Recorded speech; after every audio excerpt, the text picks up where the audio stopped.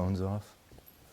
Welcome to Supermind Sunday. My name is Bob Roth. I'm the Executive Director of the David Lynch Foundation, and my guest is Dr. Norman Rosenthal. And today, this evening, we're going to have an opportunity to explore the highlights and the key scientific discoveries that Dr. Rosenthal reports so beautifully and compellingly in his new book that's coming out on May 17th called Supermind: How to Boost Performance and Live a Richer and Happier Life Through Transcendental Meditation.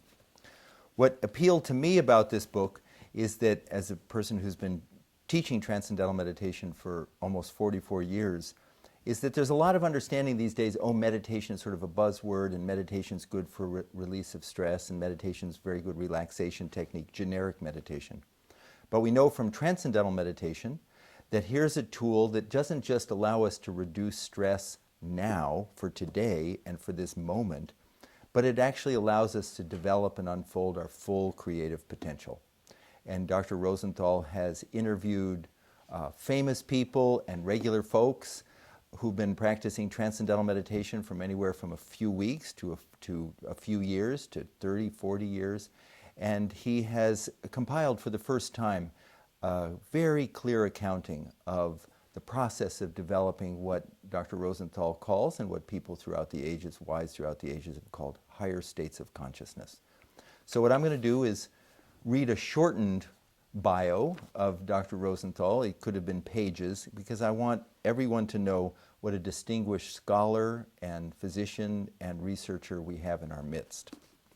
Norman Rosenthal is the world-renowned psychiatrist, researcher, and best-selling author who first described seasonal affective disorder, SAD, S-A-D, and pioneered the use of light therapy as a treatment during his 20 years at the National Institutes of Mental Health.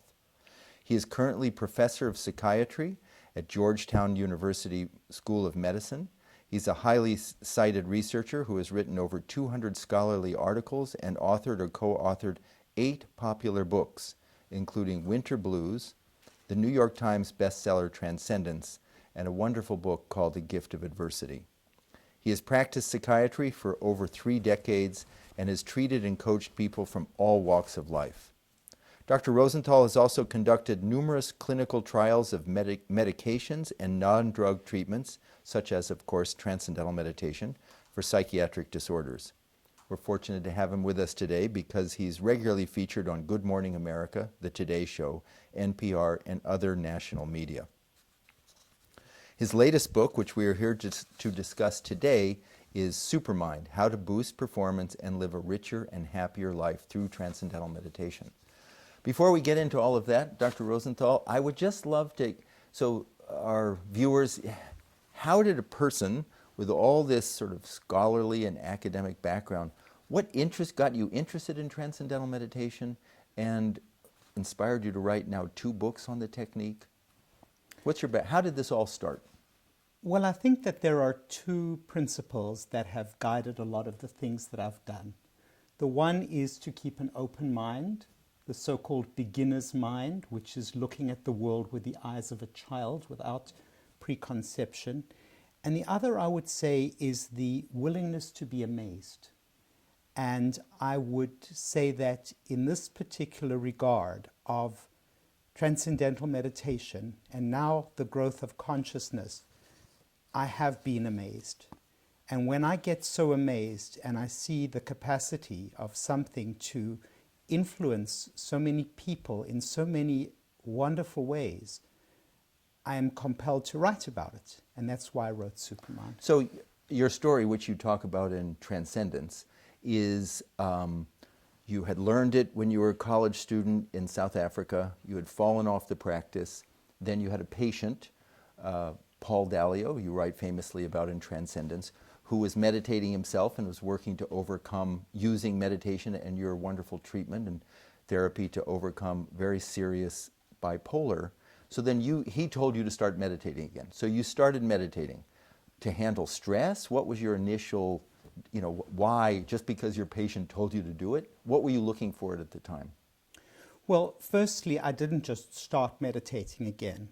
He connected me up with a rather special individual, yourself, who refreshed my technique. he wasn't supposed to say that. The truth has to come out.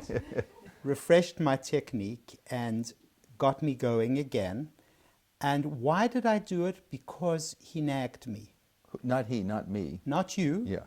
my patient. He nagged me. He wouldn't stop. And I thought, the universe is talking to me.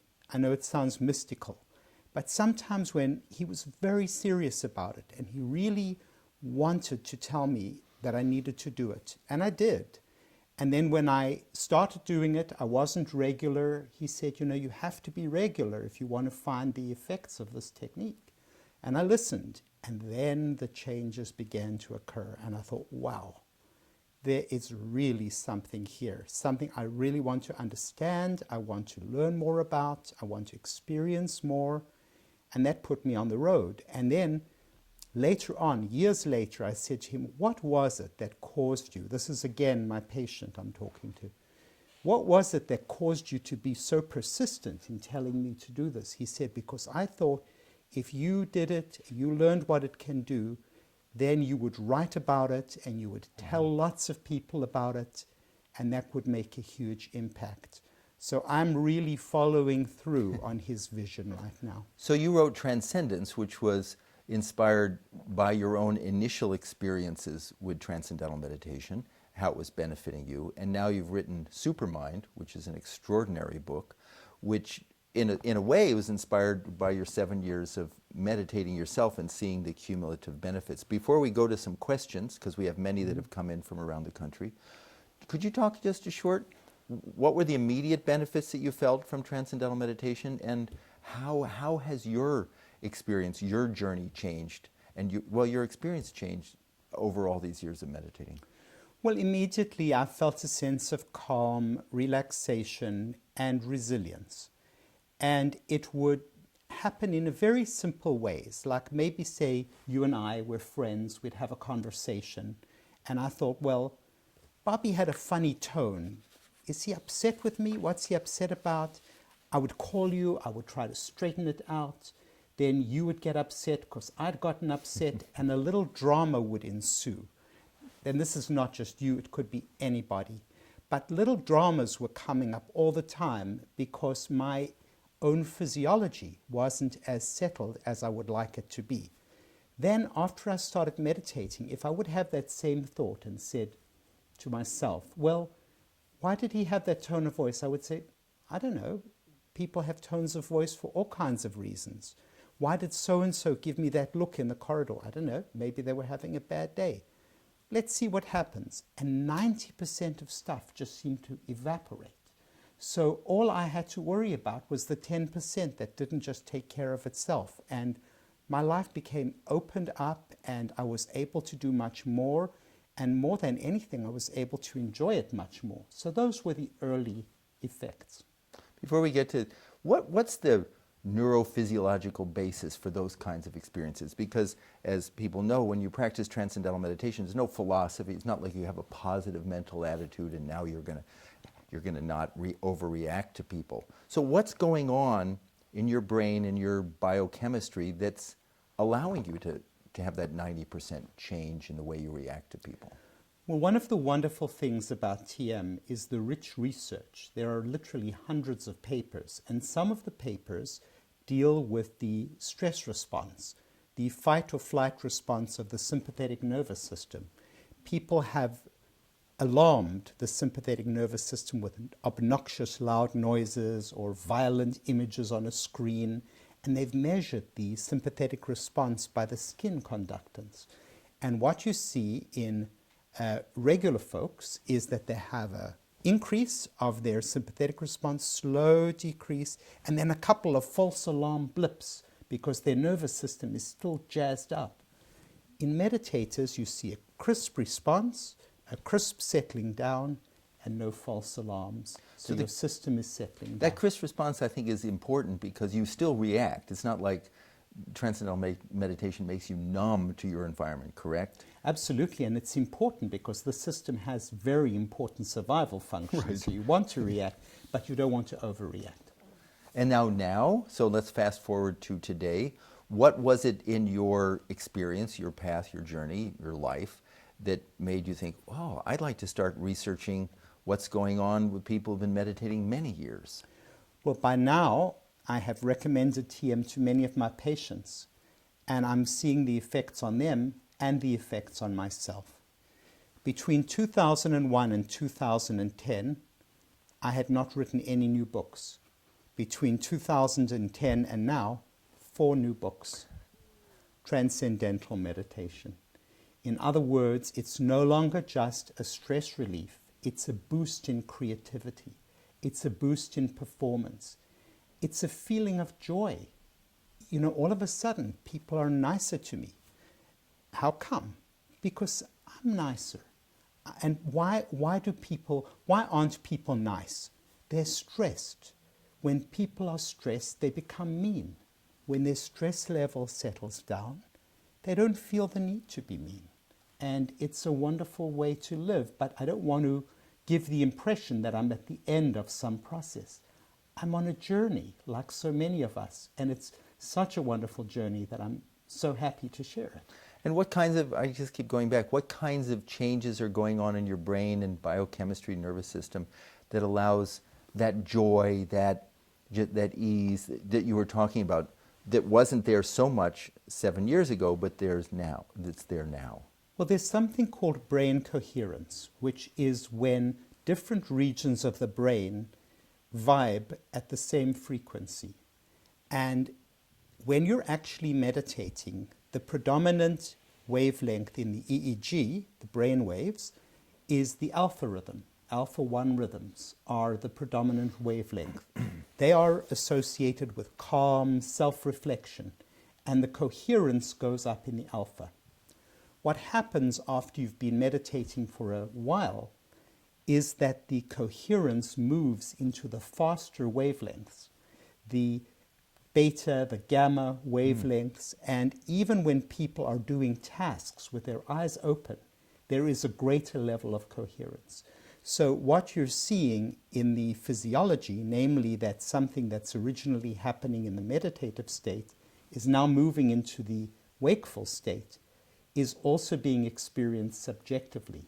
As you see, everything becomes easier, things become more natural, and that is one of the big changes that's occurring. Now, one thing that you bring out, and I know I have some questions, but I have questions, but I also have questions before we get to them. You bring out that this knowledge of, well, first of all, it has been called traditionally cosmic consciousness. To talk a little bit about the tradition from where this comes, because I know that Maharishi Mahesh Yogi, who introduced transcendental, who was a physicist by training and became a great meditation teacher and reintroduced transcendental meditation to the West, his contribution to this. If you talk about Maharishi's contribution to all this. Maharishi's contributions have been absolutely enormous. We wouldn't all be sitting here today if it hadn't been for him. He brought this marvelous ancient tradition from the Himalayas all over the world, and being a scientist himself, he set up very scientific ways of implementing it, a standardized way of teaching, encouraging research, and also innovating a whole teaching program.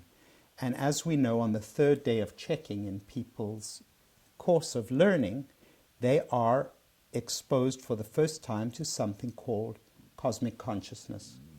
Now, one thing that I love that Maharishi said, I love a lot of things he said, but one of the things was the unfoldment of cosmic consciousness starts at the beginning. What does that mean? What that means is, even though cosmic consciousness as an ideal, ultimate path that you want to travel, even though it may be a delayed process, the earliest manifestations occur right at the beginning, and those early manifestations can in themselves be amazing. That's why I've called it the supermind. And even in I don't like to say Eastern tradition or Western tradition, but their discussion of cosmic consciousness of higher states, that has an ancient, in addition to Maharishi bringing out from the fullest value from the Vedic tradition, does it appear in different cultural traditions throughout time? Absolutely. There is a Buddhist tradition of different stages of consciousness called the jhanas, and they're ancient. They've been de-emphasized in the last century as mindfulness has focused on being attentive to the moment and being attentive to what's going on right now, and has not at all emphasized transcendence or other states of consciousness. But there is a wing of the Buddhist tradition, and of many traditions, that value other forms of consciousness. And as I pointed out to you a little earlier, the great father of psychology, the early 20th century genius, William James, has that marvelous quote that I put at the front of the book that I turn to again and again for its brilliance. So I'm going to read it, and I'd like you to comment, both from the scientific perspective and also from the Vedic perspective. William James writes, "Our normal waking consciousness is but one special type of consciousness, whilst all about it, parted from it by the filmiest of screens, there lie potential forms of consciousness entirely different." What does that mean? Well, what that means is that there is a recognition that beyond waking, sleeping, and dreaming, which are our ordinary states of consciousness, there are other states that exist, and they are separated from these three ordinary states by a thin screen. They are right there. They are waiting to be accessed. But if you continue to read, you will see a little more of what he understood. He continues, William James continues, "We may go through life without suspecting their existence, but apply the requisite stimulus, and at a touch they are there in all their completeness, definite types of mentality, which probably somewhere have their field of application and adaptation." Well, isn't this brilliant? People can live their whole lives without accessing these states of consciousness. They are not necessary for living and survival, but they are there. And apply the requisite stimulus, also known as transcendental meditation. I mean, that's not the only stimulus, but to me, it's what I think of it as is the easiest, most potent, effortless, and joyful stimulus. And there you are. Without any effort, these states become accessible. And that's what I've been so amazed about. And what he says is they have probably got a field of application. They've got a field of adaptation. There are ways in which this consciousness can affect your life and, in Supermind, I reason, transform your life. And it's very interesting that the father of modern psychology, Western psychology. Western psychology, the founder of Western psychology, is talking about higher states, talking about the same things that you're now bringing out from the Vedic tradition through Maharishi. And before I say the last quote, what about the person who's listening to this? They said, well, I have headaches. I'm afraid of flying. I have dyslexia. These are different questions that have come in. I'm having a tough time with my sons, my kids. And then you're talking about higher realms separated by flimsy. How to tie that to that person, that single mom, I've been a psychiatrist for 37 years. So part of my dharma, part of my path in life is to be helpful to people. I'm not a philosopher to sit around thinking of wonderful, vague things that have no value to anybody. The reason that this has moved me so, this idea of the TM and the access to consciousness, is because I have seen the many benefits from lowering anxiety, boosting performance and creativity. Now, it's not going to help everything. Nothing helps everything. So I don't want to pretend like this is the new miracle, but it is a miracle, really. Because a miracle, one of the Webster definitions of miracle, is a marvelous thing. And I certainly think that it qualifies in that regard. Beautiful. So the last sentence from William James. "No account of the universe in its totality can be final, which leaves these other forms of consciousness quite disregarded." If we don't examine these forms of consciousness, we don't understand them or look into understanding them, we are missing out a big piece of the story. And that's the story that I've wanted to fill in the book. Wonderful. So now we have a couple of questions. We have a question from John Butler here in New York City. Has there been any research on the effects of transcendental meditation upon meditators who are genetically predisposed to Alzheimer's disease? Or could you see any application for pre-onset Alzheimer's, for example? You know, there has not been any research to my knowledge, and it's kind of easy to answer a question like this because I think that transcendental meditation can help almost everybody. But I think what we need to understand in relation to very scary illnesses, like pre-Alzheimer's, you know, say somebody is having a clue that they may be getting Alzheimer's, that they're forgetting little things, that they've got relatives with Alzheimer's, it's very, very frightening. So every illness has got the illness itself and the fear that it generates. Whether it can modify the illness itself, I have no idea. But the fear of the illness is a huge deal, and that it can modify. I'll give you an example. Take a study of survivors of breast cancer. A controlled study. It was too soon to say whether it actually modifies relapse of the cancer. Is this with transcendental meditation? Transcendental meditation. Too soon to say whether it modifies the relapse rate, but the quality of life was better. Now, why was it better? I don't know, but one reason is if you're a cancer survivor, you're always worried. Is it going to come back? What's going to happen? How is it going to all turn out? These are imponderables that you live with. I think the same applies with Alzheimer's. Several questions, thank you very much. Several questions have come in asking about the connection or the comparison of transcendental meditation with mindfulness, or what they call mindfulness-based stress reduction. Could you comment on just sort of different types of meditations, outcomes? Comment on that?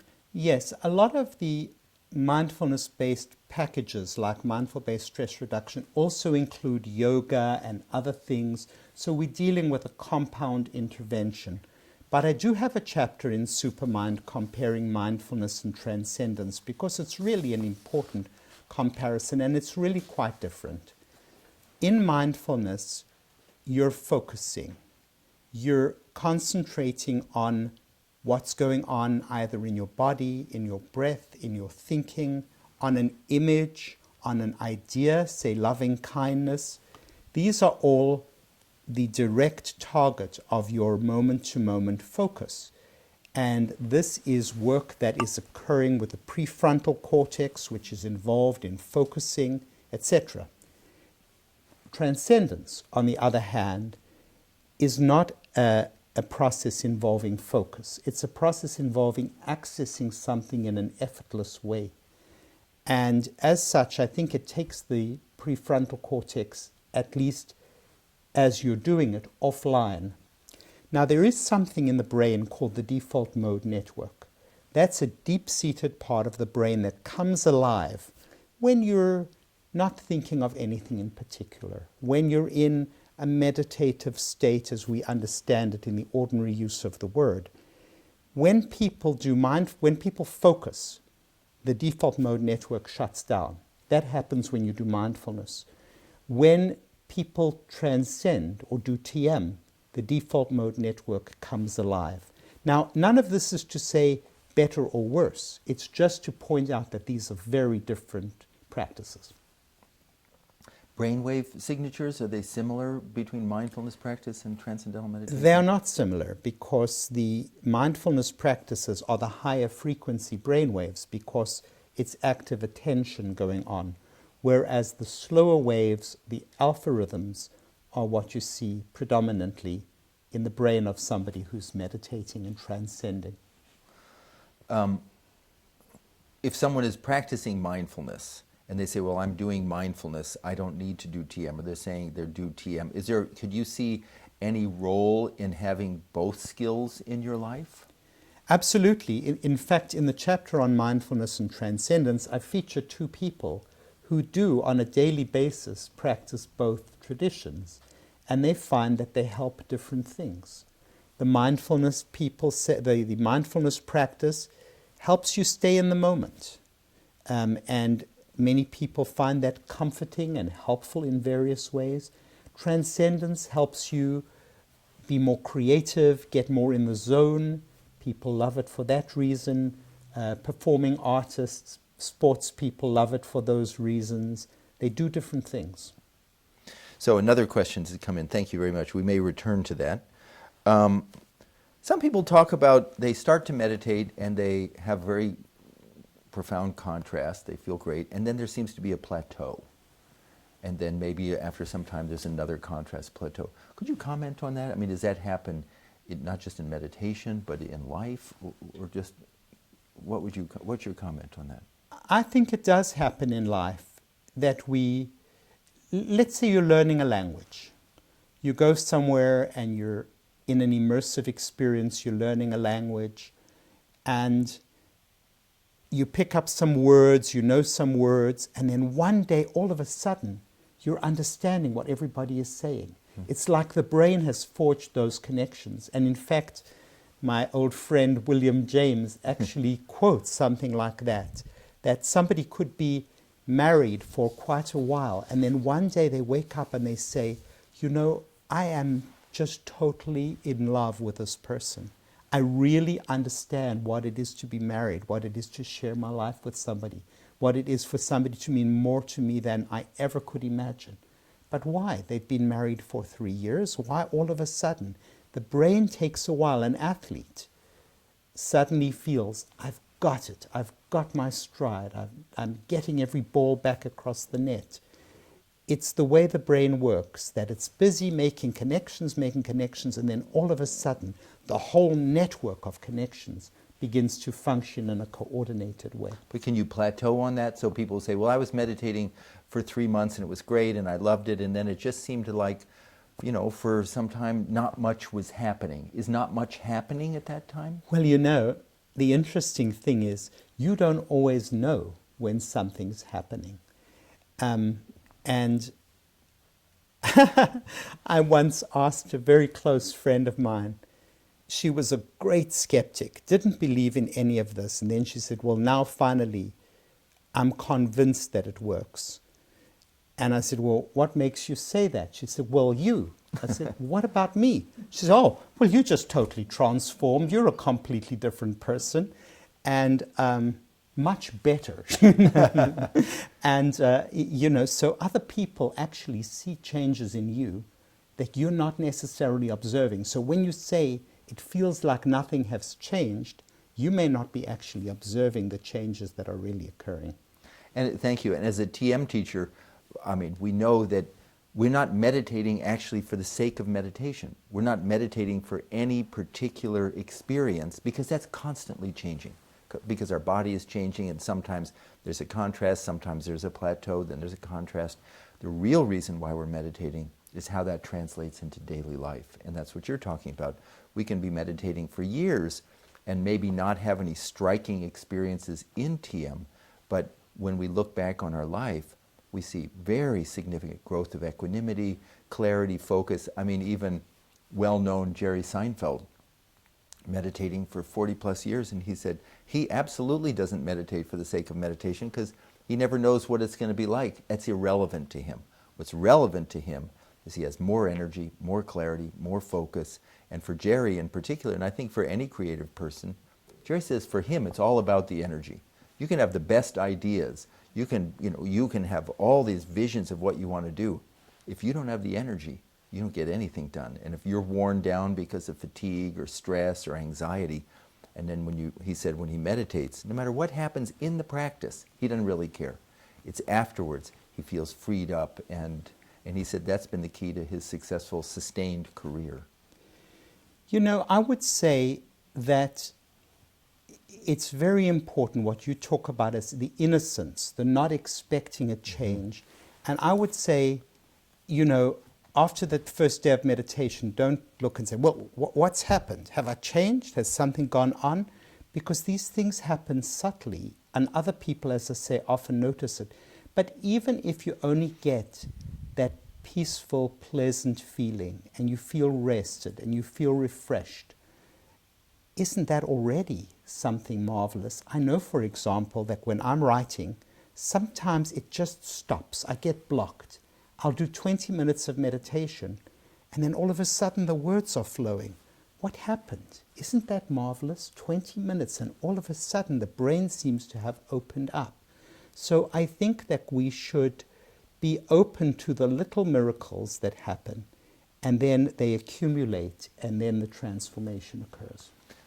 I want to use an example that Maharishi talks about when he talks about the growth of cosmic consciousness, of dyeing a cloth. We have a white cloth and you dip it into you want it to be bright yellow to make a dress or something. So you take the white cloth and you dip it into a vat of bright yellow dye, and immediately it becomes bright yellow, but it's wet, you can't wear it. So then you put it out in the sun for many hours and the color bleaches out, but there's a little bit of, and I want your comment on this, then there's a little bit of the bright yellow is color fast, you never lost, just a hint. Back into the dye for a few minutes, back out into the sun for many hours, more yellow. Back and forth, few minutes, many hours, few minutes, alternating. That analogy is meditation. A few minutes of meditation, dipping into that pure consciousness, or whatever the experience is, then many hours of activity.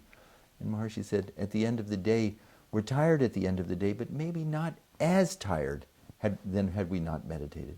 And that grows. Could you comment on that? Until, just as the color is the same bright yellow in the dye as it is in the sun, dry, our nervous system, our mind is saturated in meditation with that pure consciousness in an innocent way, and we never lose that in activity. And that's cosmic consciousness, or the supermind. Well, the first thing I would say about that metaphor is it's a beautiful metaphor. It resonates on a number of levels, because when we meditate, it's like we're dipping into the transcendence. He has another image about a diver swimming. It's like you're almost moving into another medium and coming out again, and in and out. So there's that lovely quality, and the way in which you keep getting more and more enriched by the medium into which you're dipping is beautifully expressed. So I often think about that metaphor, although in my mind the color is always red or purple, not yellow. Okay, it's a red and purple.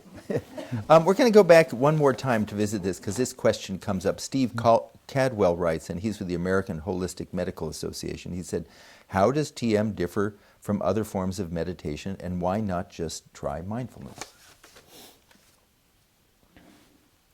Well, I think you can just try mindfulness if you want. Yeah.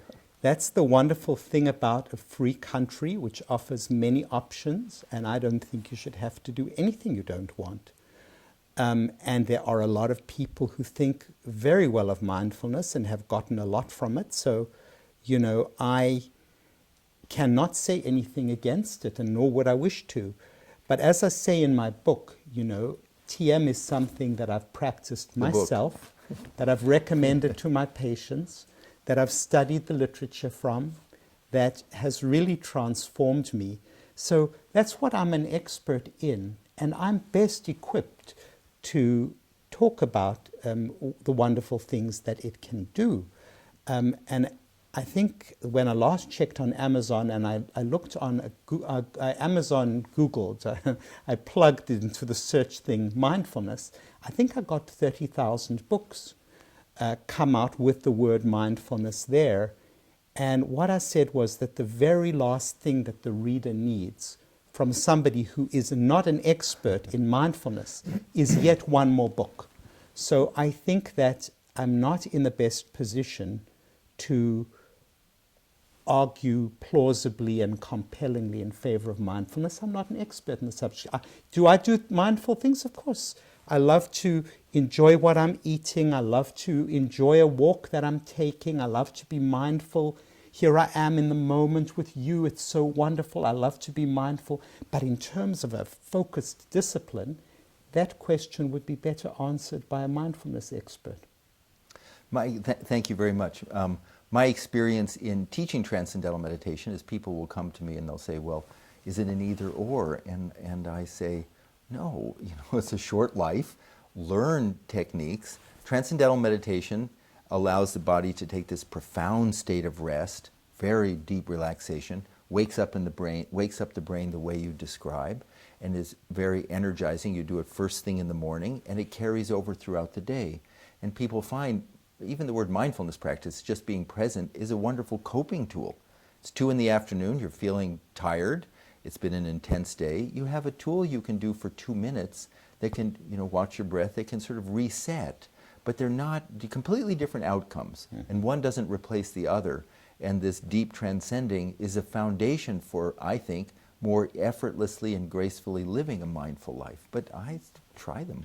Yes, in fact, I did a survey, which is part of the book. I surveyed more than 600 people who meditate through TM with a questionnaire that we developed, and 94% of the responders said that since meditating with TM, they have become more mindful. Right.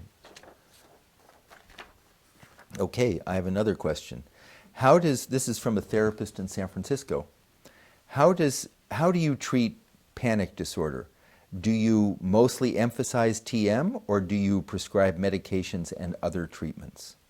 Well, I think that it depends on the panic disorder. I mean, if somebody is going to the emergency room once a week with crippling panic attacks, then I'm going to take a medication approach very soon along the matter. But I recently saw somebody who, it's not clear. The panic is not so bad and seems to be situational. The situation seemed to be getting better. So I recommended that she try alternative strategies, get back her exercise routine, learn TM, and we'd monitor the situation. And if it got worse, then we would talk about medication. So I think you have to be flexible, and there's not a kind of one-size-fits-all policy that works best in my experience. Again, another question. Could you please describe what happens in the brain, particularly the amygdala, during high moments of high stress or PTSD, post-traumatic stress disorder? And how does TM affect or deactivate the amygdala? Well, the amygdala has been called the brain's alarm clock, or the brain's alarm center. If it's stimulated in animals, the animal goes into a state of panic or fear or anger or high alert. And I think that that often happens to us in crises, or in the case of PTSD, even when a crisis gets activated. For example, I had this veteran who was from Iraq who had gone over a bomb in the road, and now every time he went over a pothole, he would have that same kind of panic response, and very likely the amygdala is being activated through memories of that trauma. So what we hypothesize, we don't have direct evidence, but because of the fact that TM settles down the fight or flight response system, helps people with PTSD, several studies indicate, helps people with anxiety, we are inferring that it is settling down the amygdala. In addition, TM has been shown to increase blood flow to the prefrontal cortex. So the idea is Why is that important? It's very important because that's an area of the brain involved in executive functions. Judgment, restraint, putting a brake on impulsive action. And so that area is being strengthened, the amygdala is being settled down, and the balance is shifting in a favorable direction. Could you talk a little bit more, two more things on the brain? Many questions coming on the brain. You mentioned the term coherence, brainwave coherence. What does coherence mean, and why is that significant? Coherence means that if you correlate the brain waves of a certain frequency from different regions, that the correlation is higher. Now, that may not be the correlation in the actual moment, because it may take a little while for the brain waves from there to reach there. So that's called a lag correlation. But one way or another, the mathematical, statistical convergence between two areas increases. That's called coherence. So do that one more time. Okay. Okay. Let's say this region is wiggling at this frequency, and this region is wiggling at the same frequency. There's coherence between. Now, I'm not saying that the brain is actually wiggling. I'm saying that there are brain waves, electrical stimuli that are going at the same frequency in these two regions. Now, sometimes you may have this region a little bit delayed after this one if the wave is passing from one region to the other, and the mathematics gets a correlation, and the correlation indicates coherence. And why did you single that out as something significant, particularly with alpha 1 brainwave Well, patterns, which I think is 8 to 10 cycles per second? Yes, that's right. The reason I did is because that is one function that's been shown to increase when people meditate and transcend. So because it corresponds in time with that subjective experience, we believe with plausible reason that it's an important output. Has it been correlated to anything? Brainwave coherence, has that been correlated to increased creativity or anything like that? Indeed. In fact, studies That was by... actually not a leading question. I really didn't know. I think you know everything. No, I but don't know. Anyway, My mother thought I knew it. I'll be part of the fan club. What they found, and this is Fred Travis's work with Harold Harung, what they found in Norwegian business people and Norwegian athletes is that the higher the level up in the hierarchy of the business, for example, or if the athletes were more champion, they would have higher levels of coherence than the journeyman athletes or the rank and file business people. One last question on the brain. Could you please elaborate, I think there's a lot of neuroscientists here, elaborate a bit more on what you call the default mechanism. Explain what it is again, and why is it important to have access to it during meditation? I personally find all of this discussion of the brain very interesting because it seems to distinguish or illuminate the differences of different meditation approaches. Because you can say, well, this lowers your blood pressure, or this does something physiological in a general way, but brain functioning is quite unique. Well, let me go through it again. There's a network deep-seated in the brain that has been shown to come active or alive when people are idling, they're not thinking of anything in particular, or they're listening to a story with a lot of first-person pronouns in it. It's when you're kind of thinking to yourself, and that's called the default mode network because it's what your brain defaults to when you're not actively engaged in a process. And that is what gets turned on during TM. Now, when you're focusing, say I'm focusing, okay, there's a turn coming up, I'm driving, there's a turn coming up, it's coming up in 1 mile time, you remember you missed it last time, you're focusing on it, you're going to turn on it. Keep alerts. Don't turn on the radio and get distracted. Your default mode network is going to turn off because you're very focused on something. So there are different ways of being, and both, of course, are very important. However, it is interesting that people talk about TM as being very helpful in creativity, in ideas. And it's a very common experience. You'll sit down, you'll meditate, and ideas will come to you that you just haven't had in your ordinary waking consciousness. And you'll come and say, wow, this is great. These ideas are coming to me. And that's probably because that default mode network is coming alive. And it's interesting because I've reflected back, and when I'm sort of thinking of something creative, other people can see it. And they say, my father always used to kid me and say, what are you scheming about now? And it was always when my mind was going on and I am sure my default mode network was coming alive. An analogy that we like to use to describe transcendental meditation is that analogy of a little boat on on an ocean. So you're on a little boat in the middle of the Atlantic Ocean or the Pacific Ocean or wherever, and all of a sudden you get these giant waves. And you could think the entire ocean is in upheaval. But if you could somehow do a cross-section of the ocean out there, you'd realize you got these little 30, 40-foot high waves, which are pretty big when you're on a boat, but by comparison, the ocean is a mile deep. And while the ocean may be turbulent on the surface, at the depth it's pretty darn silent. And so the analogy is the mind. Surface of our mind is the active thinking, gotta mind. All the stuff we're doing during the day. And it's a natural human desire to say, boy, I'd like to have some inner calm, some inner clarity, some inner focus.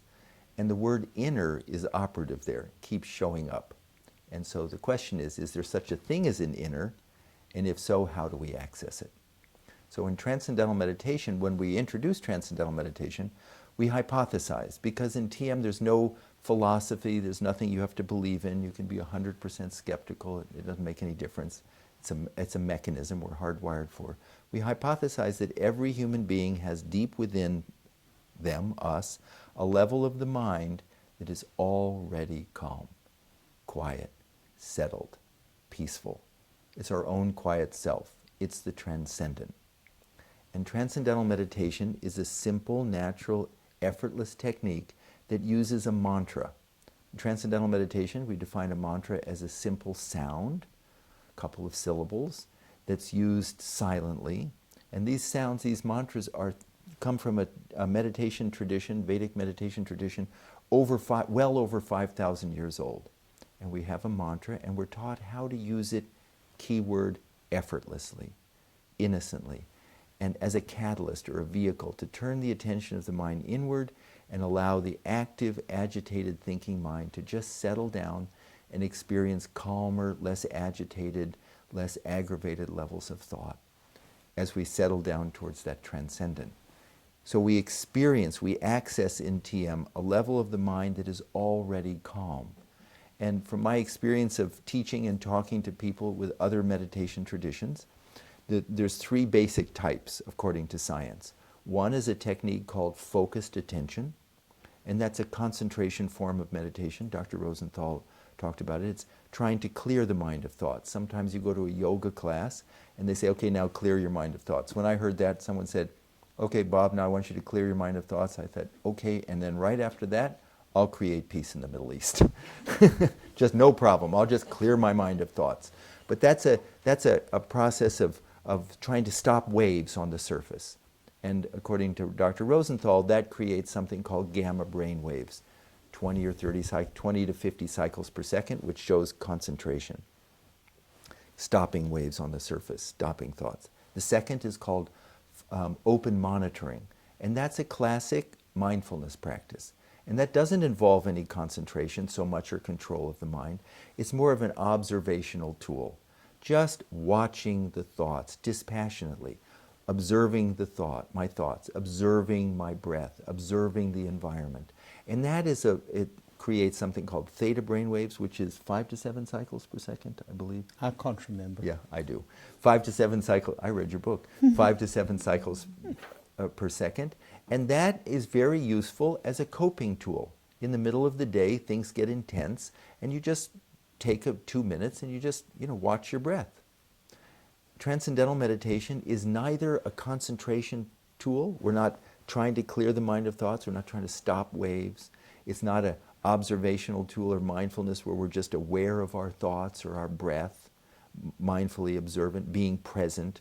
It's actually a tool, a technique that allows us to access a level of the mind that is already settled, peaceful, calm, wide awake. And how do we know that's the case?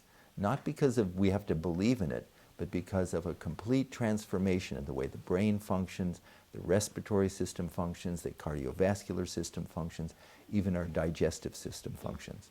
So I just wanted to put that in place and ask for Dr. Rosenthal, we have about 8 minutes left, for your comment on what I just said.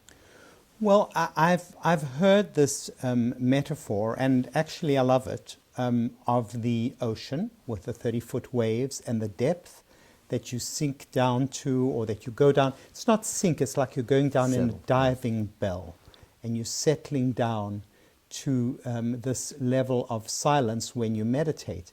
I would simply add that when you begin to develop the supermind, when you come out of your meditation, there's still that deep silence as part of who you are. It's a little bit like the dyeing of the cloth, that the dye is beginning to stick in the cloth and the silence is beginning to stick within the essence, even as you go about your daily activities. So this amazing convergence of silence and activity has been so intriguing to me. But you feel it in other people. You can feel that they're engaged. I first encountered it when I was in my sessions with my patients who are also meditating. And we would talk about what it was like to go into the transcendent state. And I would feel myself slipping into that quiet silence while at the same time being actively engaged with what the person was telling me and with what I was wanting to share with them. And it seemed to me quite marvelous that these two opposite ways of being could coexist so peacefully and effectively. And that's when the idea of the supermind first came to me. And this idea, and you and I have had this discussion, I'd like you to comment, where for hundreds of years modern science was researching quite intently on all the myriad ways that the body and brain can become diseased. All the there's this disease and that disease and that disease and that disease. Now we're looking at the other side of the spectrum. How creative can we be? Indeed, and yes, psychology has looked at depression, anxiety, anger problems, but in recent decades there's been a greater focus on what we call positive psychology. How can we be joyful? How can we be creative? How can we be productive? And I think, to me, Transcendence, the book Transcendence that I wrote before, focused more on the wonderful things TM can do to help the afflicted, to help people who are suffering from physical or psychological issues. And I think as such it remains incredibly valuable and important. However, one thing about the new book is the supermind. We all want a supermind. We all want to function at the limits of our potential and our ability. And I think for that purpose, there are fewer tools that I have encountered than TM to do that for you. There was a wonderful story that I've told. I had an opportunity to give an introductory lecture to a very influential, powerful businesswoman. And I said to her, why are you interested in learning transcendental meditation? She had read Transcendence, and she said, I want to maintain permanent connection with the intelligence that runs the universe. And she paused and she said, and I can't sleep at night. And I think that's what your book, Supermind, the story that Supermind is telling. Yes, I would just say absolutely ditto. We're not happy if we're not growing. We're not happy if it's something, Maharishi has said, the nature of life is the expansion of happiness. We want to grow. We want to grow in our physical health. We want to grow in our relationships. We want to grow in our careers. And we want to grow within ourselves. We want to have a sense that we're not just going through the motions, that now I'm in my 20s or 30s or 50s or 60s, and now it's just routine. There's nothing more stultifying than just life, feeling life is routine work. And I think what Dr. Rosenthal has captured in his book, Supermind, is that reality that human beings, by accessing the transcendent, transcendent is a big word, by just accessing their own inner quiet self, which is there anyway, can have a profound transformation in their life. And if you could just, any final comments? Yes, I want to just say, very much like what you've been saying, the great psychologist Abraham Maslow talked about self-actualization. He created what he called the hierarchy of needs, which is often represented as a sort of pyramid with horizontal levels and layers. So you get food, shelter, love, esteem, etc. And then the little triangle at the top is called self-actualization. And so you might look at it and say, well, such a tiny little triangle, why'd you have to have it? And I quote in Supermind, I quote Milton in his very famous sonnet on his blindness, where he says, that talent that is death to hide, the ability to write has gone because he can't see. That talent that is death to hide, for some people, for many people, not to be able to express that last little triangle, not to be able to be as good as you can possibly be. Maybe people out there want to paint, want to write, want to run, want to be a great parent, a great mom or dad, want to travel somewhere special or contribute to charity, build a charity, create something wonderful. And they're doing everything else beautifully in their lives, but they have one need that they really have to fulfill. And that's where Supermind can come in and help you just push beyond those ordinary limits and become amazing. I always feel very privileged and honored. I mean, Norman and I are very good friends and have been for many years. But nonetheless, whenever I'm in your presence, I always feel I'm in the presence of a very deeply wise soul who has been able to capture the universal knowledge of life that has been around for thousands and thousands of years, expressed in different words and different vernacular. Same message, though. And you have become a very powerful exponent of taking this abstract knowledge of one's own inner unbounded self, which is so easily lost in the daily life of, oh, I got to do this and I got to pick up the kids and it's like, what? Unbounded, transcendent self? And you have taken this knowledge which is beyond the senses, this experience, and you have made it relevant and compelling and enticing and not a luxury, but a necessity for modern life. So I am very grateful for your friendship. I'm also very grateful for the time that you spent to write not only Transcendence and Gift of Adversity, which is a wonderful book, but really Supermind, which I think has the potential to really transform the world. And one of the reasons why we're doing this webinar right now is to encourage people to pre-order it. Because if we pre-order it, then it'll help just spur the discussion and the talk about the impact of this book, and it'll bring it to more widespread public awareness. And that's all we want to do. It's a person's decision if they want to learn to meditate. It's a person's decision if they want to develop the Supermind. But it's my desire, and I think it's everyone's desire here today, Norman and myself and TM teachers, people need to know. They just need to know to make the decision, to have an informed choice. So I am very, very grateful for your friendship, Dr. Rosenthal, Norman, and for the clear and precise and compassionate way in which you express this universal wisdom of life in the language of that anyone in today's world can understand. So thank you very much. Thank you.